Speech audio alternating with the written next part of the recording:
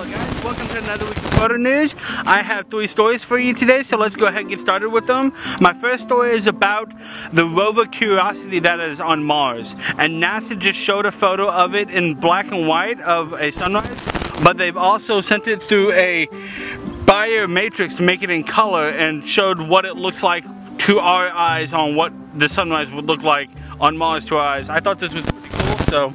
My next story for you is about the Canon 5D. Just the regular one, none of the other ones after that. The one that's 10 years old at least, or maybe older depending on when you bought it. Anyways, the mirror might detach because of the releasing agent is going bad on it.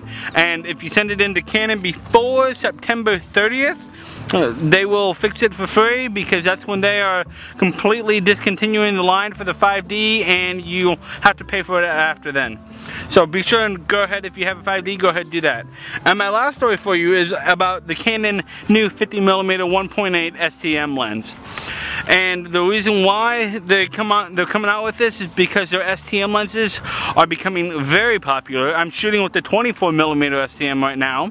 This is a 2.8 and I have a variable neutral density filter on this. So, but anyways, the 50mm, they have the old one. Matter of fact, I have the old one.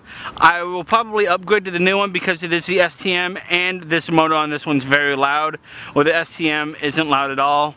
And it's not going to change in price. It's still going to be $125. So, pretty much that's, in my opinion, a good deal still. So, I'm going to think about getting that one. Other than that, this is the end of the photo news. If you like what you have here, go ahead and click the subscribe button down below. It lets me know that you like this stuff. If you want to see past photo news, they're right over here. Or if you want to see the videos that I do throughout the weeks and everything, there's another section down here too. Other than that, this is Ralph Johnston saying peace out, bye.